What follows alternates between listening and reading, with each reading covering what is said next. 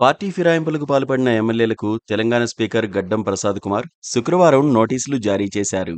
ఈ నేపథ్యంలో station Ghanpur MLA Kadiyam Srihari స్పందించారు. తనను ఎమ్మెల్యేగా గెలిపిస్తే అభివృద్ధి చేస్తానని, స్టేషన్ ఘన్పూర్ నియోజకవర్గ ప్రజలకు మాటిచ్చానని ఎమ్మెల్యే కడియం శ్రీహరి వెల్లడించారు. తనను ప్రజలు నమ్మి ఎమ్మెల్యేగా గెలిపించారని ఆయన పేర్కొన్నారు.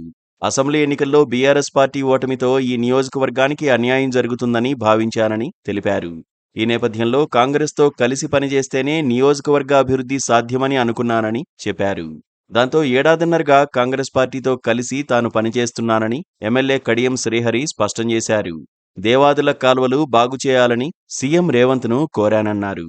అలాగే స్టేషన్ ఘన్పూర్ అభివృద్ధి పనులకు సీఎం రేవంత్ రెడ్డి అండగా ఉన్నారని పేర్కొన్నారు. నియోజకవర్గ అభివృద్ధికి సీఎం రేవంత్ రెడ్డి నిధులు సైతం అందించారని చెప్పారు.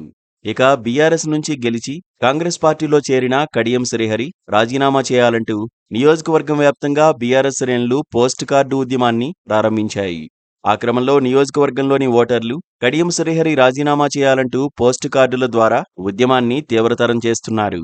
మరోవైపు నియోజకవర్గంలో ఎక్కడా యూరియా దొరకడం లేదని రైతులు వాపోతున్నారు. ఈ నేపథ్యంలో రాజీనామా చేయాలంటూ ఎమ్మెల్యే కడియం శ్రీహరిని రైతులు సైతం డిమాండ్ చేస్తున్నారు. Please subscribe to Please subscribe to KTV Telugu. KTV Telugu. KTV Telugu. to KTV Telugu. KTV Telugu channel.